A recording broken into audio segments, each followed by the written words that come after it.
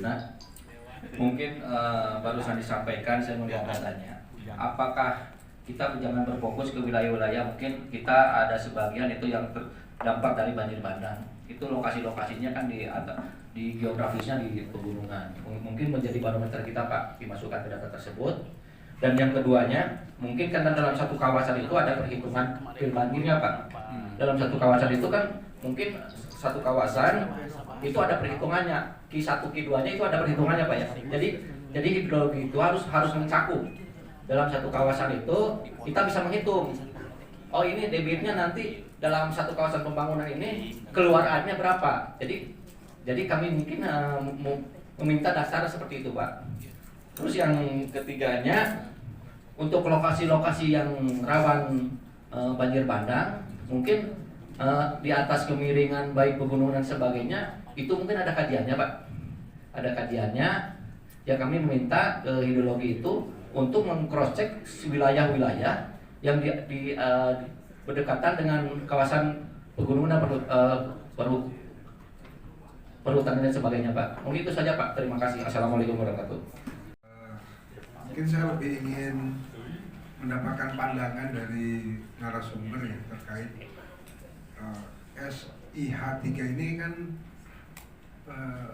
sebuah kondisi ideal ya, yang ada kondisi ideal yang dibayangkan ini bisa diterapkan sehingga ini bisa membantu baik mengantisipasi korban banjir maupun para pengguna air untuk industri, untuk rumah tangga, untuk pertanian. Ya, saya ingin mendapatkan gambaran kira-kira kalau untuk wilayah Sungai Citarum ini kapan kira-kira kondisi idealnya. Tadi ya persoalan teknologi, persoalan sumber daya ini bisa diatasi sehingga bisa ada satu sistem yang paripurna.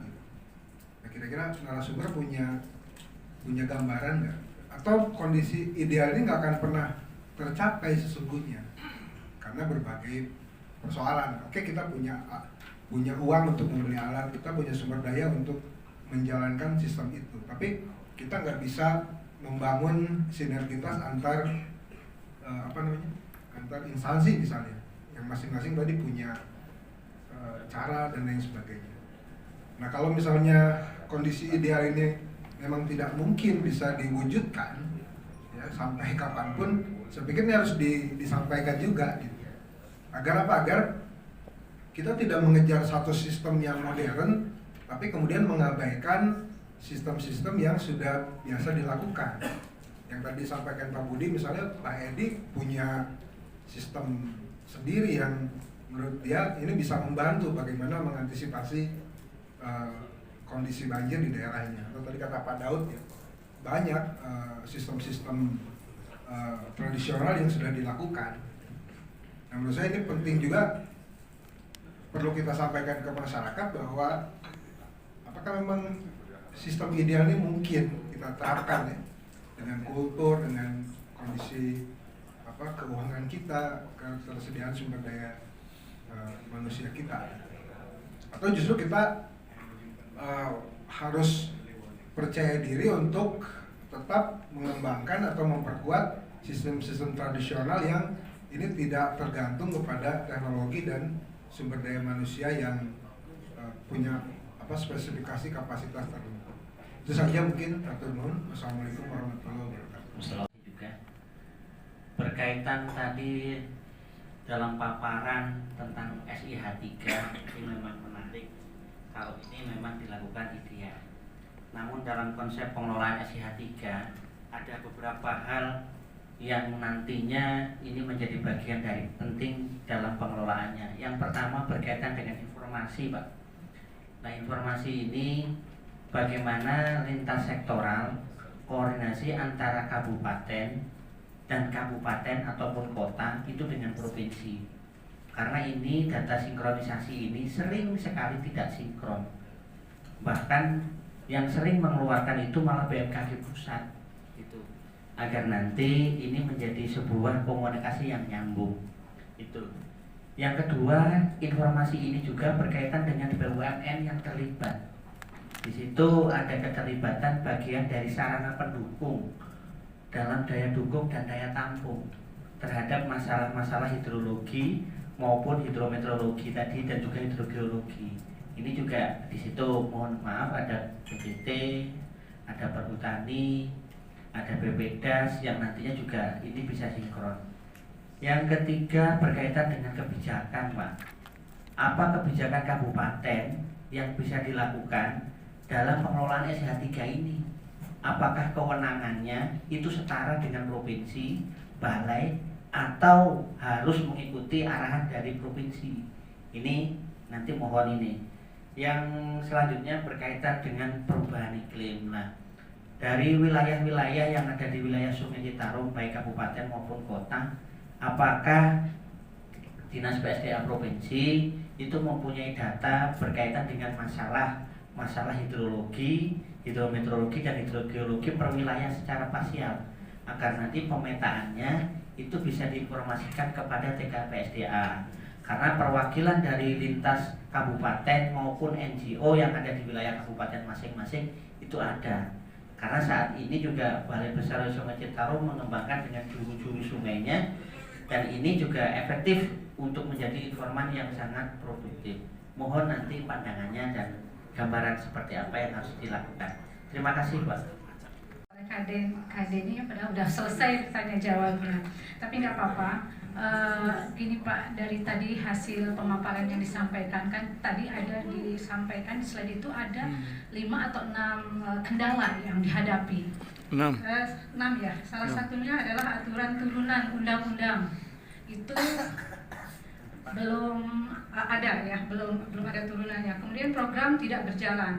Kemudian rencana aksi dari program SIH 3 ini tidak ada, belum ada akibatnya, akibat adanya vakum daripada Dewan Sumber Daya Air. Nah, dan seterusnya ada kendala 2 lagi, saya tidak catat. Nah, ini kan kendala sudah ditemukan. Kemudian ini kan harusnya menjadi rekomendasi untuk segera ditindaklanjuti. Artinya ini kan dari kendala ini siapa tahu nanti ke depannya dampak-dampak yang terhadap masyarakat yang terjadi atas kondisi iklim seperti ini ya, seperti curah hujan tinggi, itu dengan adanya sistem informasi ini artinya kita dapat memberikan informasi lebih lanjut ataupun lebih awal untuk bisa mengantisipasi dampak-dampak yang akan terjadi. Contohnya misalkan banjir untuk saat ini ya. Jadi artinya gini, dengan adanya kendala ini, apakah sudah ada target kapan? Jadi artinya supaya bisa ini dapat ditindaklanjuti dan tadi ya sistem informasi ini pun kan menjadi penting untuk memberikan informasi lebih lanjut terhadap dampak yang akan terjadi di masyarakat gitu. Itu yang pertama. Kedua, tadi saya ngobrol dengan Pak Nandang bahwa memang di kabupaten kota ini belum ada Dewan Air ya. Seperti apa sih menjadi kebijakan ataupun kewenangan kita di kabupaten dan keterlibatan kita di kabupaten itu dalam hal kegiatan ini untuk hidrologi SH3 ini. Nah, kemudian untuk menindaklanjuti ini juga tentunya perlu progres yang lebih cepat karena untuk mengantisipasi dampak-dampak yang tadi akan terjadi lebih lanjut. Jadi artinya gini, jangan sampai ketika untuk yang terjadi saat ini nih Pak, tiba-tiba banjir di mana. Nah, kemungkinan kalau dengan adanya sistem SHI 3 udah ada, bisa diantisipasi sedini mungkin artinya gitu Pak. Kemudian kami memang betul di kabupaten kota, khususnya di kami di Kabupaten Purwakarta ini belum ada sistem, dan yang menangani untuk lembaga ini, stakeholder yang terkait untuk ini adalah BPBD. Nah, ini BPBD hanya setelah terjadi baru gitu kan, jadi kita tidak mengantisipasi. Mohon pandangannya, targetnya kapan supaya lebih awal lagi untuk perencanaan ini jangan sampai berlarut-larut sedangkan kondisi kita alam ini sudah tidak mendukung lagi. Mungkin itu aja. Terima kasih. Assalamualaikum. Semua dari paparan sampai teknis, jika di suatu saat implementasi dari SH3 ini terimplementasikan, ada yang secara awam yang ingin saya tanyakan, karena ini menyangkut sebuah kebiasaan yang ada di bangsa kita, jarang laju gitu ya. Jadi yang ingin saya tanyakan, jika ini insya Allah ke depan terlaksana, siapakah badan pengelola yang representatif yang bisa ada pengelola terpadunya di badan mana, instansi mana untuk dalam pengelolaan, pemeliharaan, pengefektifan sampai menjaga keberlangsungan fungsi SIH3 tersebut. Karena takutnya kalau tidak terkoordinasi, tidak terpadu, ini menjadi sebuah proyek yang hebat di awal-awal, hanet-hanet tai hayam, lalu mangkrak, tidak terurus. Seperti itu, karena yang sudah di tahap pertama pun seperti itu. Tidak ada persiapan suku cadang, tidak ada pemeliharaan, tidak ada keberlanjutan.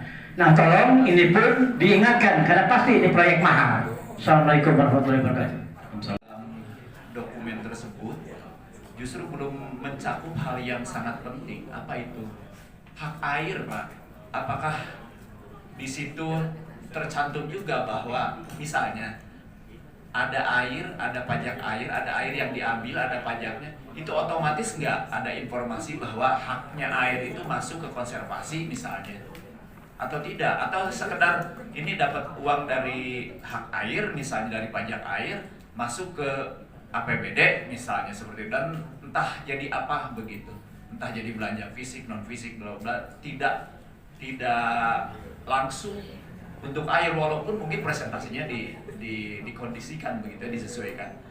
Saya kira kalau belum ada dalam dokumen itu, mohon dicantumkan sehingga benar-benar manajemen hidrologi atau hidrogeologi dalam hal ini benar-benar memang mencantumkan hak air itu berapa. Setelah air ini dipakai sekian, maka kembali nggak ke hak air itu sendiri dengan konservasi di hulunya atau sepanjang dasnya misalnya. Demikian Pak, terima kasih. Assalamualaikum warahmatullahi wabarakatuh. Dan saya sangat mengapresiasi dari Dinas SDA, ya seminimal apapun atau semaksimal apapun beliau masih menggeluti masalah SIH3 ini. Yang pertama, keduanya terkait dengan statement bahwa kebijakan utama tentang SIH3 ini belum ada turunannya, memang betul ya.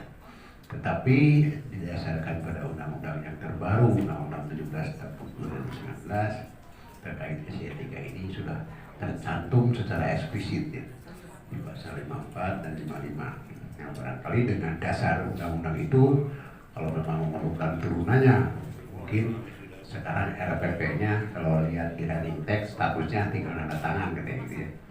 Di RPP FSDA masuknya ada di sana.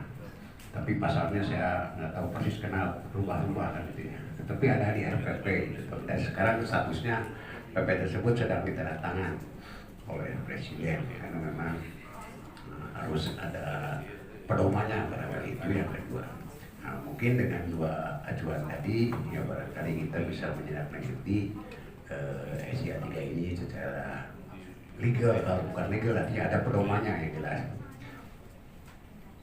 Selanjutnya saya ingin sampaikan juga kepada bapak-bapak yang ada di sini terkait dengan yang disajikan nanti di TKPSDA. Ada dua aspek, yaitu SIH3 dan juga RAT. Barangkali linknya nanti ke sana, ya. Jadi yang sangat dibutuhkan dari SIH3 ini pertama tadi kelembagaan. Siapa yang oleh SIH3 ini? Barangkali nanti teman-teman bisa merekomendasikan. Tapi asal dipertimbangkan saja bahwa SIH3 ini bagian daripada pengelolaan sumber daya air. Logikanya berarti kan lembaga pengelolaan sumber daya air yang pegang SIH3 ini. Ya itu saja sebenarnya mudahnya. Karena memang di dalam rangka sumber daya air yang tiga aspek ini, yang mendominasi penggunaan data ketiga data ini adalah aspek-aspek yang melumpuhkan justifikasi atau engineering bidang sumber daya air. Itu makanya dalam Pergub Jawa Barat itu disarankan coba yang mengkoordinasikannya itu instansi yang mengelola sumber daya air saja. Memang berbeda dengan di beberapa provinsi lain bahwa koordinator itu BMKG termasuk juga di pusat ya. Makanya di Jawa Barat agak beda. Kenapa di Jawa Barat beda? Karena kebetulan di Jawa Barat ini mengikuti undang-undang yang lama telah dibentuk ada semacam balai data dan informasi ya, Pak bilang. Jadi karena untuk memperkuat balai itu dan tingkatnya eselon 3 itu. Di dinas itu ada balai data dan informasi yang merupakan lembaga eselon 3 yang mengelola sistem informasi sumber daya air se-Jawa Barat. Jadi sistem informasinya bukan pengelolaan datanya. Sehingga tadi ada istilah Kang Deddy clearing house. Nah inilah sebagai clearing house-nya. Jadi sehingga apapun yang terjadi di Jawa Barat tentang sumber daya air dikeluarkan oleh pemerintah Jawa Barat. Walaupun yang mengelola datanya masing-masing wilayah sungai. Itu kemudian jadi istilahnya gitu. Makanya tadi disarankan ada semacam apa istilahnya itu role sharing kan, role sharing data. Jadi itu sebetulnya yang penting. Jadi nanti kepada bapak-bapak yang direkomendasikan itu arahnya ke sana ya. Arahnya kan yang pertama lembaganya, keduanya sajian data sisdanya, dan yang terakhir bahwa ada hal-hal yang terkait dengan informasi. Nah informasi ini sebetulnya kalau berdasarkan undang-undang yang baru bahwa Cisda ini sebagian dari kata teknologi. Sudah ditetapkan juga di pasal 55-nya bahwa sumber daya air, informasi sumber daya itu dikembangkan sebagai teknologi. Makanya tadi informasi ini harus dikeluarkan dengan berbasis teknologi. Mungkin Pak Juwadi bukan artinya akan mengabaikan kearifan lokal ya. Kearifan lokal akan muncul tetap informasi sebagai bagian daripada teknologi, disajikan sebagai teknologi. Makanya kalau bapak-bapak sudah mendengar dan sudah direkomendasikan juga oleh bapak-bapak bahwa Cisda itu bagian daripada Water Resource Knowledge Management Center kan, barangkali kita harus kembangkan bahwa nantinya ada semacam Knowledge Management Center yang antara lain mengelola sumber daya air. Barangkali itu Pak Budi yang ingin saya sampaikan. Tetapi yang terakhir tadi yang ingin disampaikan terkait dengan siapa yang mengeluarkan statement. Kalau statement itu pakai aja undang-undang kebencanaannya. Yang keluar statement adalah kepala daerah. Atas dasar dari mana? Dari instansi yang memang bidang terkait dengan kebencanaan tersebut. Mungkin itu saja kurang lebihnya. Mohon maaf. Assalamualaikum warahmatullahi wabarakatuh.